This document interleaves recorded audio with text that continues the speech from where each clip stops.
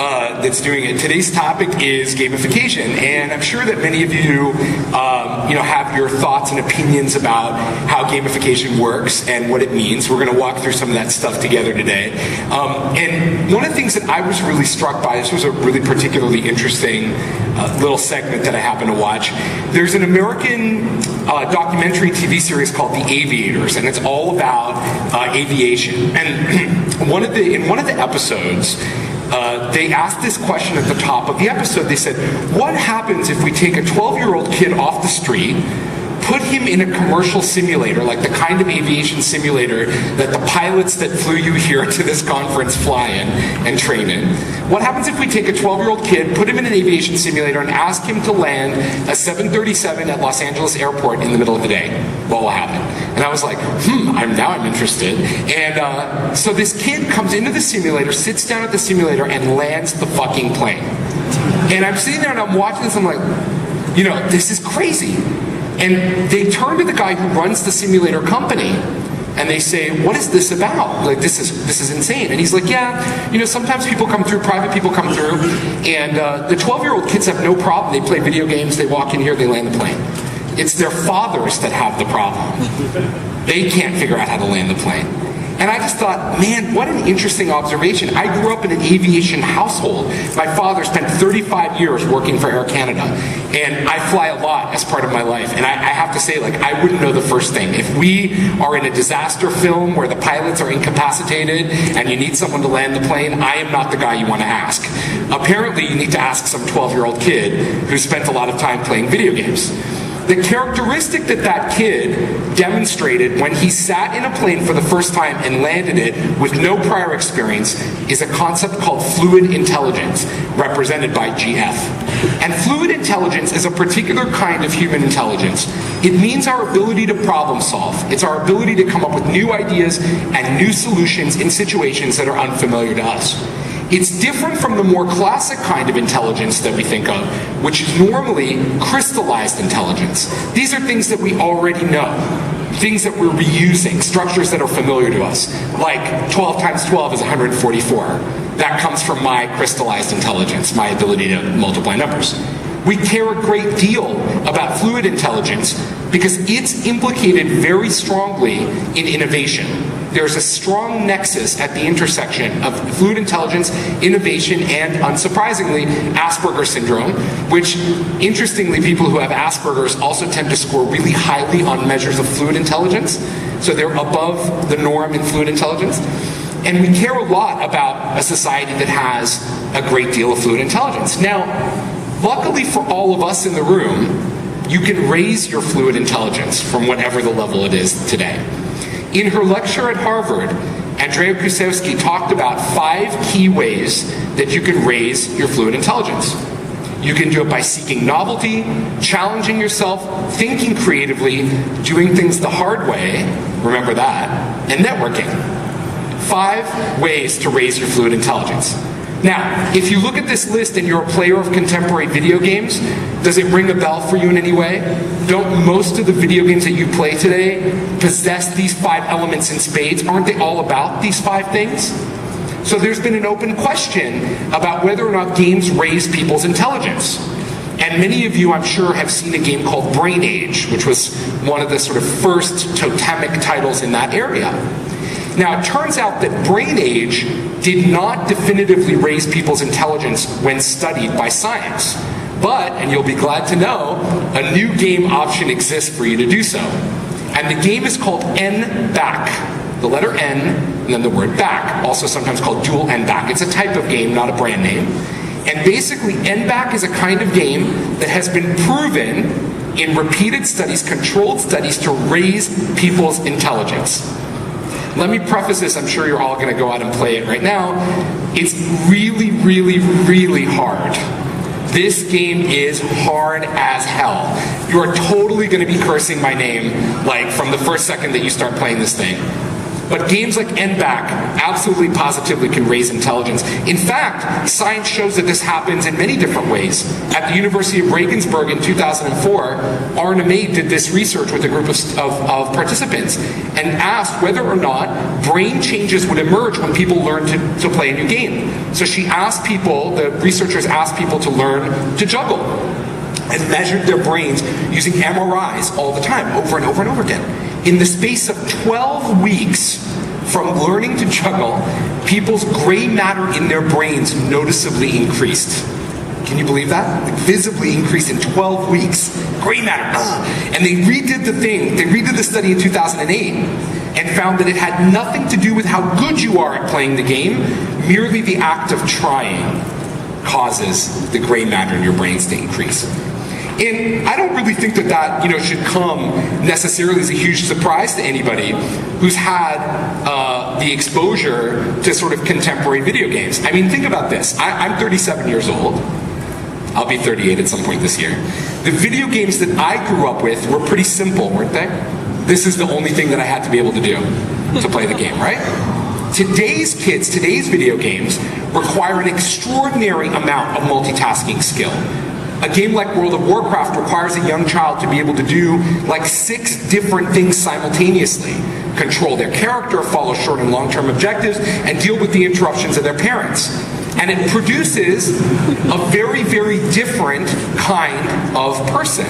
It produces a dramatically different kind of person, the evidence suggests. It is core to games why there is this new person emerging in society. Games are a challenging and constrained system. They are not an unconstrained kind of creativity. Because when we ask people to act creatively in an unconstrained way, we typically get only people who are highly creative able to express themselves well in that context. Right? If we say, here's a video camera, go make something up, only 2 or 3% of people will come up with something worth watching. But if we provide a series of constraints, a system, people are better able to express their creativity. The second reason why games are so powerful and how they're changing these people, how they're creating a new kind of person, a new player, is in a core mechanic in our brains that we are born with. And basically, it's a beautiful, beautiful thing. Anytime you challenge yourself to accomplish something and you achieve it, your brain releases a little bit of a beautiful, beautiful chemical called dopamine. Challenge, achievement, right? Challenge, achievement, pleasure. And what does the release of dopamine cause in your brain? It makes you want to do that thing again. The next thing that you want to do is that thing again. Challenge, achievement, pleasure. Now, the difference between video games and all other systems of challenge and achievement, because this modality, challenge, achievement, pleasure, is not restricted to games in any way, the difference between the two of them is the frequency with which they occur. Games deliver this effect 100 times an hour. But you running a marathon or learning a new language, losing weight, what's that? Or in your career, is that like once a year? Once a lifetime? Other experiences cannot compete with this. Cannot compete with this. And so, over the course of 40 years of contemporary video games, we have to a great extent produced a new kind of consumer with a new worldview and a new set of demands. And so, in that context, and we're going to talk a little bit about what the actual benefits and opportunities are as well, in that context, we have to understand this concept called gamification. And gamification, let me just use a quick definition, is the process of using game thinking and game mechanics to engage audiences. The most important term in all of that is process. Process. This means that we don't arrive at gamification station. All right? We never really get there. We use gamification as an ongoing process to change the world around us to make it more engaging. It's also important to understand some of the other things that gamification is not. Critically, it's not just throwing some crappy badges up on your shitty website, okay? And it's a very, very commonly misunderstood framework about it. People think that when you say gamification to people, they think badges, right? And badges are really, really important mechanics. If you're in the military or the Boy Scouts or another system like that, you'll recognize that badges are incredibly important and meaningful. But they're not the only thing that we need to be able to create this kind of engagement. The second thing that we're not going to do with gamification is we're not going to turn everything into a game. That's a really common misunderstanding as well. This isn't about taking everything in the world and making it into a game, and like slaying the dragons and finding the Nazis and rescuing the princess. That's not what this is about. Honestly, I can't tell you. Every single week I get a phone call from some executive. Oh my God, Angry Birds, really big. Let's make an Angry Birds for car repair. Or let's make or draw something for my ice cream shop. Like insane shit, right? Every single week I get one of those. And every single week I have this conversation. This is not about making your business into a gaming company. You are probably not going to be able to outcompete Rovio and Electronic Arts in the long run as a gaming company.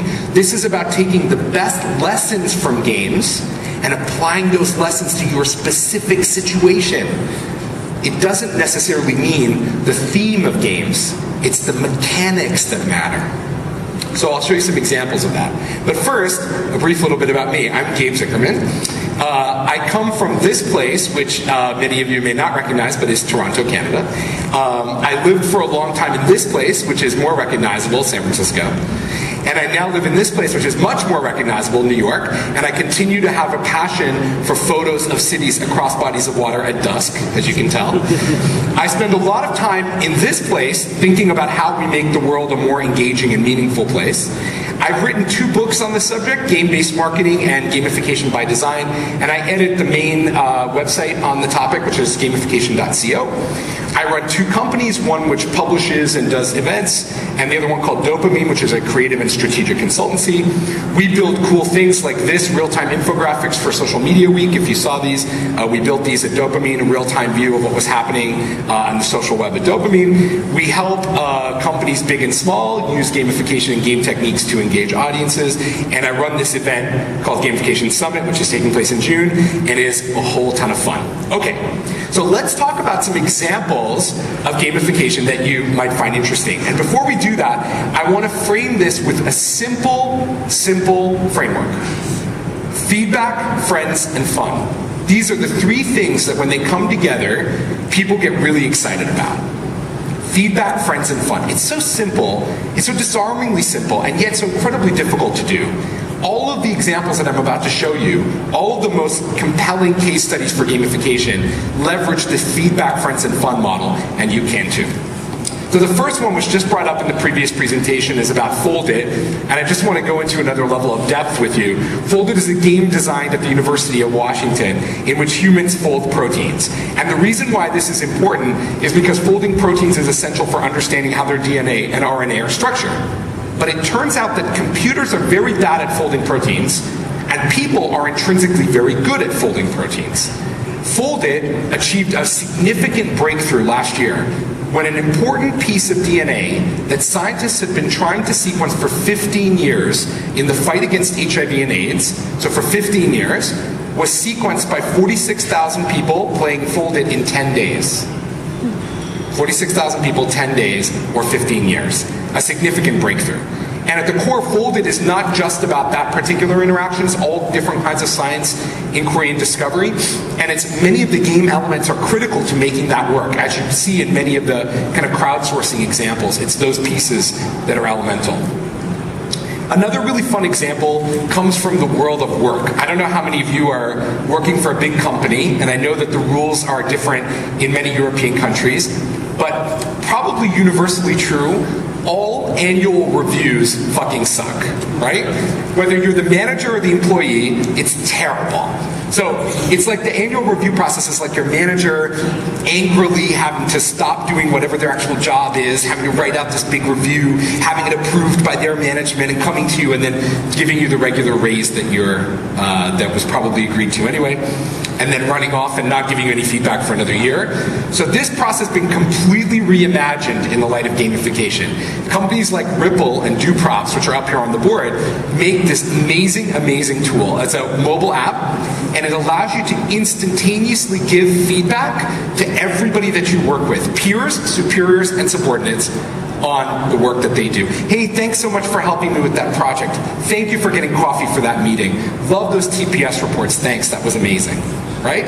Instantaneous feedback backed up by virtual items and rewards in real time.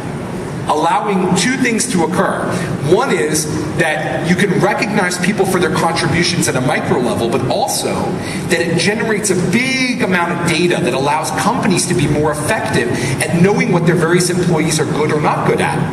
Understanding how to shape the contours of their work environment, which is incredibly important inside many organizations and something that people are not that accustomed to. So some companies have completely standardized on this form of feedback, Facebook as an example. And the applications have been so popular that Ripple was purchased by Salesforce after only having been in business for a little over a year. Another great example comes from learning and education. This guy up on the board is a guy named Ananth Pai. He was a business executive who decided to become a teacher because he didn't like how his kids were being taught. So he went back and got his degree in teaching and went to teach in the suburbs of Minneapolis in Minnesota in the US. And the school board gave him a failing class, a group of third graders who were not successful. And he said, okay, I'll take your failing class, but you have to let me redo the curriculum. And they said, oh, we don't give a shit, the kids are failing anyway, go do whatever you want. So with his own money, he bought a bunch of computers and Nintendo DS's and put them in the class. And he replaced the standard curriculum in reading and math, just reading and math, with games. Off-the-shelf games any of you can get, okay? Now, he does classic teaching, so he spends a lot of time one-on-one with the students, helping the students, giving them advice, drawing up the lesson plans, all that. But instead of using books to learn reading and math, the kids use games. In 18 weeks, the kids went from failing at third grade to being in the top half of the fourth grade level in reading and math. He's done this now for 2 whole years with his students. And when his students are asked what they think of Mr. Pai's class, they say, oh, we love Mr. Pai's class because it's so much fun and it's so social. Imagine that. Kids like fun social activities. And if you make learning into a fun and social activity, they might do it more than they do in other forms. Right? It's so obvious it has me smacking my head. But it's incredible to see. I actually dropped in on his class when I was in Minneapolis last year, or beginning of this year, unannounced. And I dropped in during the free period when the kids can do anything they want, okay? Literally anything they want. 90% of his students were playing the educational games when I walked in. I mean, it was like a commercial for this idea when I walked in. They were sitting there playing their games, like learning during their free period. I was just blown away by it. It was so exciting, huh? Another example that some of you may have run into is a site called Codecademy.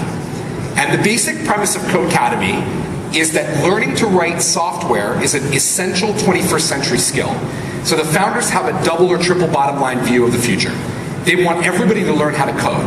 But as you probably are aware, learning to code is totally free, right? Every software language has basically unlimited free development resources that anyone can access, that you could learn. But why is it that people don't learn to code when access to it is completely free and available? So Codecademy thought, okay, well, let's retool this around games and gamification. So they turn lessons into gamified units of learning. And in the space of about a year, nearly 1 million people have learned how to write software on Codecademy, and 250,000 people have built lessons for the site. And what's particularly interesting about it, that Codecademy kind of figured out, they didn't ignore the creators of lessons in their system. They didn't only build the game for the people who take the lessons, they also built it for the people creating the lessons. So it's both sides of the equation use Codecademy's ecosystem. It's pretty cool stuff. Another really fun example comes from a company called NextJump, and this is its founder, Charlie Kim, up on the screen in front of you. So NextJump is a $100 million business, about 12 years old, with employee incentives. And one thing that's not obvious is Charlie loves exercise, okay? He loves exercise. He loves it. He's a freak about it. And he wants all of his employees to work out He wants them all to get really healthy and get really fit. Now, like many companies many people who are interested in that subject matter, Charlie did what most companies do, which is he opened a free gym at the office, right? He put a free gym in each one of his 4 offices.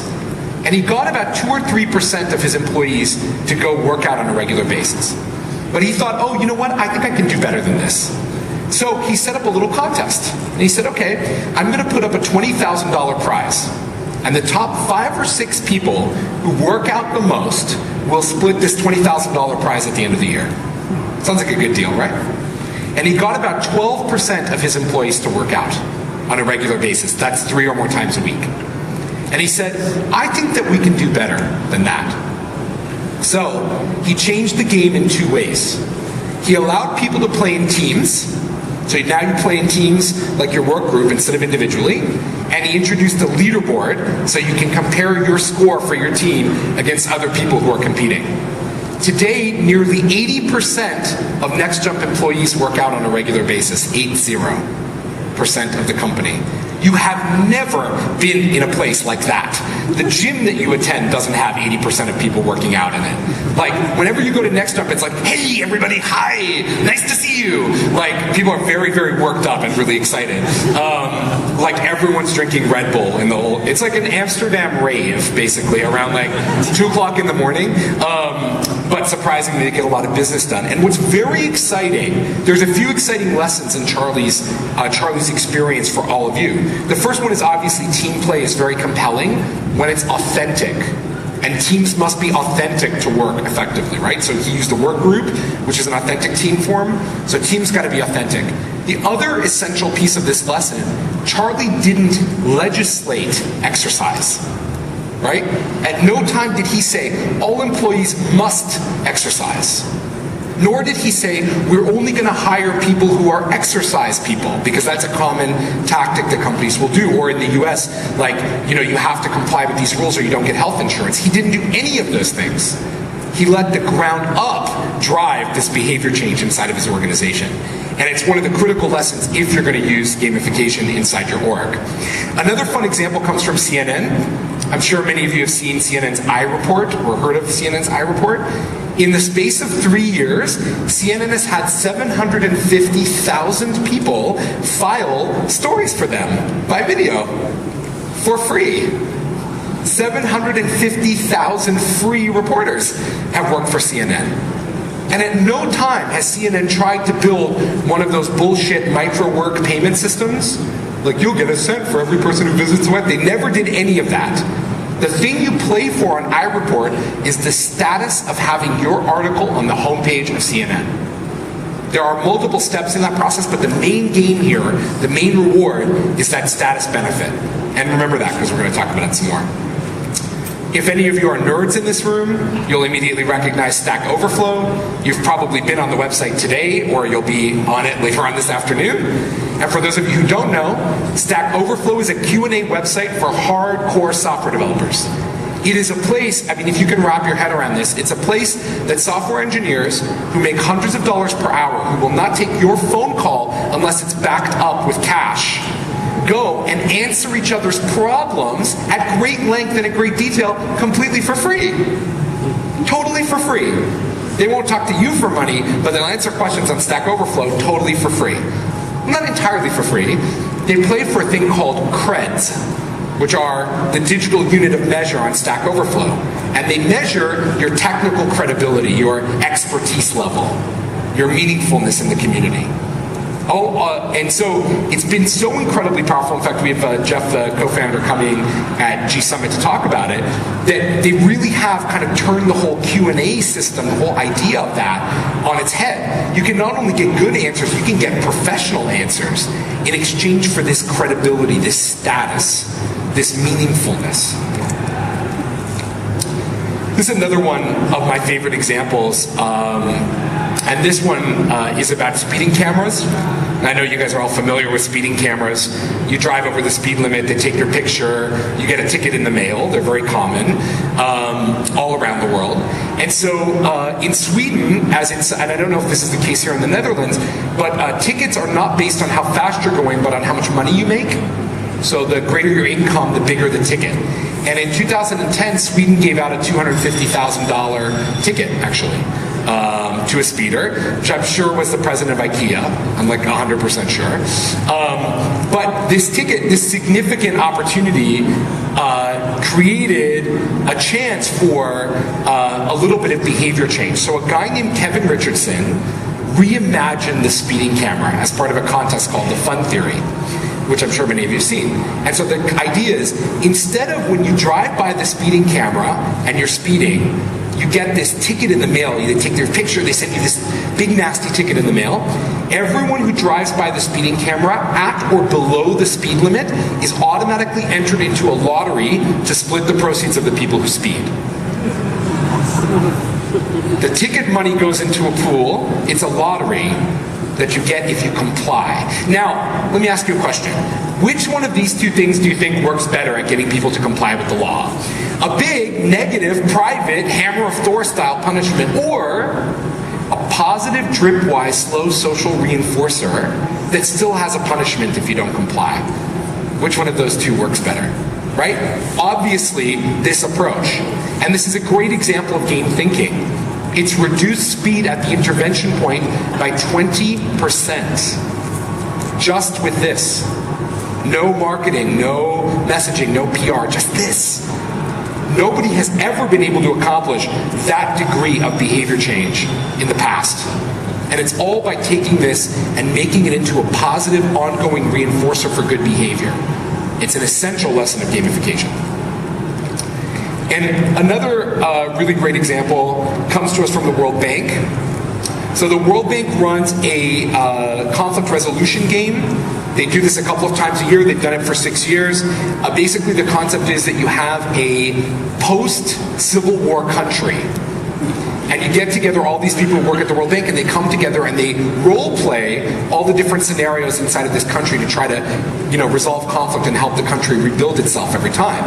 And so the interesting thing about this, if any of you have ever played any examples, any simulations like this, or Model UN, or any of those things, you'll know that problems in the real world are always solved by people in simulations, right? Like all the world's big conflicts are resolved when people pretend to do the UN, but they can't seem to resolve them in real life. The interesting thing about the World Bank's example is not that the problems get resolved, that conflicts are resolved, but that it gives people an opportunity to play the opposite side of the equation to the one that they normally would be sitting on. The same kind of model was used by the city of San Jose in the US, which had a very serious economic problem, ran out of money. That same model was used by San Jose to role play how they should cut the budget, because nobody ever wants their part of the budget to be cut, right? It's like, oh, I don't care about the fire department as long as the parks are okay. And so what they did was they had people come in, consumers, actual citizens of the city, people who work on the departments, people who work for non-governmental agencies, come in and role play different roles and see if they could come to a budget resolution. It's an important element of this gamification approach. So those are some examples. Hopefully they spur some of your creative thought and help you think about ways that you can apply it to your startup or existing company.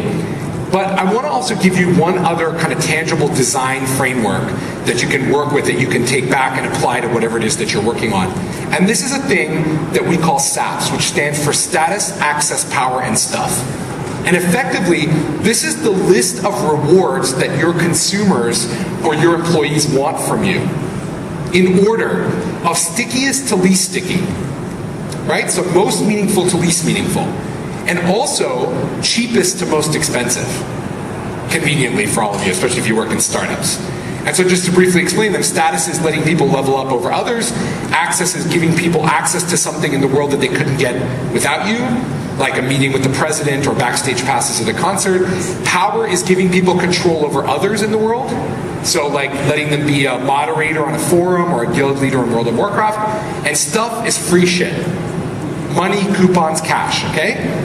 So this is a little controversial because most people, especially if those of you in the room who are marketers or build products, normally when you think about rewarding users, the first thing you think about is stuff, right? That's what we're taught. I'm a formally trained marketer. That's what we were taught, right? Having a problem, discount. People aren't coming into the store, give them free shit. Send a team out on the street to hand out free shit to people. That's what they care about, right? Doing a good job at work, here's some money. Isn't that what makes the world go round? Isn't that stuff, free shit, money, isn't that what drives people? That's what we all want, isn't it? Emotionally? Don't you wake up in the morning thinking about that every single day? But our whole system, how we think about rewarding customers and employees is based on that. What the fuck is wrong with our view? Let me give you a little thought exercise just to put this into perspective. As a reward for coming to today's talk, I'm going to give you one of two benefits. I'm going to buy you a free cup of coffee at your favorite local coffee house or Starbucks, and I don't mean a joint, I mean actual coffee. Or, I'm going to give you a magic superpower, okay? And the magic superpower is, the next time you even think of wanting a cup of coffee, it just enters your brain. The closest barista will automatically start making that cup of coffee for you exactly the way that you want. And no matter what time of day or night it is, no matter how many people are waiting in line, I don't care if it's like Central Station at 8:30 in the morning on your way to work, you're going to walk into that cafe, you're going to walk right by everybody in the line, you're going to pick up your cup of coffee, hot and fresh, just made for you, exactly the way that you want it. Take a big sip, look at all those guys in line, laugh at them a little bit, and walk right out the door and head to work. But you have to pay for the coffee. Normal price, but you have to pay. So which one of those two do you want? Free cup of coffee or the superpower that lets you skip the line? And it's funny, because of course everyone's saying B, right? I all want the superpower, right? I want the superpower. And no matter where I do this, no matter where I surface this idea, whether it's New York City where everybody's like very anxious, or it's, Portland or San Francisco where everybody's stoned all the time, I get the same reaction of everybody. Everybody's like, B, because don't you know I'm important and my time matters and I can do so much with my time. My time is so valuable. My time matters. Don't you know who I am? But the truth is, your time isn't worth shit. No, really. If you're an entrepreneur, your time literally isn't worth anything. And if you work for a company, if you're full-time employed for a company, by the way, they're already paying for all of your time. There's no extra money to be made in your time. And you don't get to take that 5 minutes that you save waiting in line every day and aggregate it into a meaningful amount of time over the course of a week that you could apply to an actual project and generate more income. All you're going to do with that extra time is be on Twitter or something. So I know that it's not actually about that, but explain to me why nobody chooses option A. Because if you're an economist, everybody chooses option A. Option A is the rational choice. That's economics. People are rational, aren't they? In option A, the free coffee, I saved you $3 or $4. Real money you were going to spend. In option B, all I did was save some of your completely worthless time. Why doesn't anybody choose A? Oh, because we're not rational. Humans are not rational animals. We don't make decisions in rational ways. If you've read Blink or Nudge, both two good books on that subject, you'll see there's increasing science to support. We make most of our decisions from our reptilian brain. We instantly decide, I like that or I don't like that. I like that guy, don't like that guy. That looks good to me, that doesn't look good to me. And then in the space between that and our verbalization, we go back and rationalize our decisions. But humans are not rational animals, they're emotional animals. And so it's critical and okay for us to design experiences that speak to that emotional animal. And gamification is the best tool set for being able to do that. So in this world where we have this super bright, high-strung, high-energy, multitasking new consumer coming to the market, and we have these opportunities to speak to people's emotional center, using some of these techniques, thinking about feedback, friends, and fun, using status, access, and power to reward, thinking about all these different mechanics like team play and leaderboards and challenges that we might bring into the mix. I really believe that we have a great opportunity in the future for a more engaging and certainly a more emotional interaction with people. And I'm optimistic that even if you're in the old folks' home, like I am, compared to today's younger, brighter, higher energy generation, that we'll nonetheless have an opportunity to all come together around this gamification concept and be able to really change the world that we live in.